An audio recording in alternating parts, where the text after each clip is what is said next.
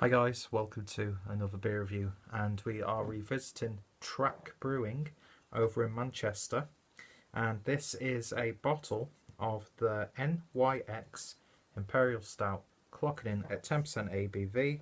Of course, these guys are based in Unit 5 Sheffield Street, Manchester, with close to a place like Cloudwater and Alphabet, and is it Honest Brews shop, or is it? I can't remember which one it was, but yeah, great area for craft beer drinkers. And yeah, we went into Track when we were in Manchester, and a great little place. And I had a New England style IPA there, which I can't remember the name of, but I was just phenomenal. And I have reviewed the I can't remember what it was called now off the top of my head, which was another New England style IPA, but it didn't really look like one, but it had some really nice nuances to it nonetheless. But yeah, so this is Imperial Stout brewed with malted barley, oats, dextrose, hops, water and yeast. Best before is the 19th of the 2nd 2020, and this one is coming in at 10% ABV. Awesome artwork once again. I think it is Textbook Studio. There is some similarities to the Cloudwater stuff. Even the use of typography reminds you of Cloudwater, which I'm all for it because that's just an absolutely beautiful design. If I do find the actual artist or collective or designer, I will give them credit down below because I always like to give them credit. And that is the Track crown. So we've done the light beer test, and when I say light I mean in terms of colour. So let's do the dark beer test and see what we get with this one then. So very excited to try this, and nice amounts of cannon smoke coming off there, although it doesn't really mean anything. And I picked this up from the wonderful Northern Beer Temple in Wigan, and yeah, very excited to try this. And it does have that sort of like slight oil slick look to it as it's coming out of the bottle. So I won't pour it all in so we can get the nose in there and give it a sniff. But look at that. That is just dark, dense, and so appetising. I wouldn't say it's jet black, but it's a very dark brown, sort of oaky. And then you've got a lovely sort of beige, dark, coffee-like head on the top. Looks like a black coffee, doesn't it? It just looks absolutely fantastic. So let's see what we get on the aroma. And you're getting a lovely selection of dark chocolate, milk chocolate, then raisins, figs, plums, that sort of thing. Like chocolate covered raisins, that sort of stuff. A little bit of a cakey, spicy edge to it as well. Lovely sort of caramel-like aroma. But I'd say there's a bit more emphasis on the fruit. Has like a very subtle brandy aroma, as if you've burnt off all the alcohol. It's really not boozy at all at 10% ABV. That is masked so nicely. There's like a real sense of decadence to it on the nose. Not too sharp, not too in your face or anything like that. Has a very subtle, almost like Vimto sort of vibe. Stick with the Manchester vibe. But yeah, it smells so nice. It's chewy, it's doughy. Anyway, let's give it a taste. Cheers, guys. Oh my god. That is absolutely lovely. That is so velvety and smooth. It's bold but light at the same time. It's not a heavy, dense beer by any stretch. But it's got that sort of milkiness to it. Almost like a semi-skimmed milk character. Lovely roasty coffee nuttiness on the intake. Caramelised nuts as well. Really quite sweet as well, actually. Not overbearingly so, but you only rarely get a bitterness on the back end. And it's almost like a chocolatey bitterness. That 10% ABV is masked so nicely. It really is.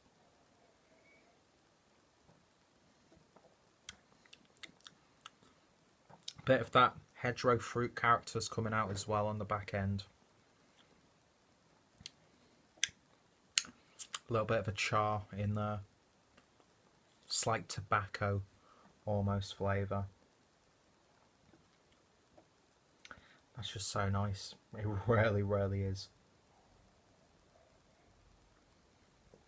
That's 3 beers that I've had from these guys, and they've just hit the spot each time. The New England IPA that I reviewed on the channel, it was nice to have something a little bit different, but that was still such high quality. The one that I actually had in the brewery, like Journey to the Sun or something along those lines, was just, pardon the pun, astronomical. And they showed that they can brew a stout as well. This is so nice. Sticky, chewy, but not too heavy. It's crushable, but decadent at the same time. And yes, I do have greasy hair. That's why I'm wearing the soy boy beanie, even though it always shows the greasiest part of my hair. Yeah, I went to work with dry shampoo, and I just couldn't be bothered showering. And it's my day off tomorrow, so I'm just gonna lay around in my own filth, to be honest. Had quite a nutty burp then, which was nice. But no, there's no harshness at all with this. It's almost reminded me of a slightly thinner version of the Beer Geek Brunch, which just blew me away when I had that on New Year's. It's absolutely lovely. It's amazing as it is, but I could imagine, especially a bourbon barrel, and maybe a bit of like a maple syrup.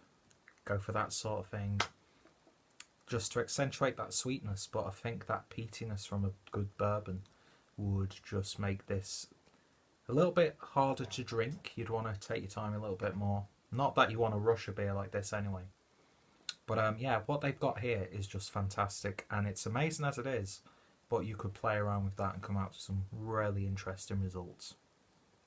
I think that's absolutely lovely. It really is. That's my nightcap beer, and that's going to see me through until I fall asleep. I was going to play Fallout 4 on survival mode, but what a bitch that is.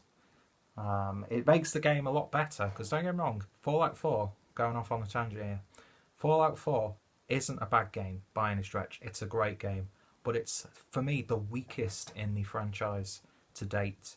It just lacks the depth. This more than makes up for the depth. You're not engaged in the game at all, and the story I'm not too amazed with. There's not too much to do in the game, but survival mode is kicking my arse, quite frankly, and this is just letting me relax, chill, and yeah, it'd be amazing to see what this beer would taste like if you did actually age it until 2020, which is a couple of years, of course. But yeah, beautiful. I've had a hazy IPA, and then I've gone to the complete other side, the dark side literally, and had an Imperial Stout. And I just want to have any track beer that I can. And I know they're already making waves now, but I think these are a brewery to really look out for in 2018.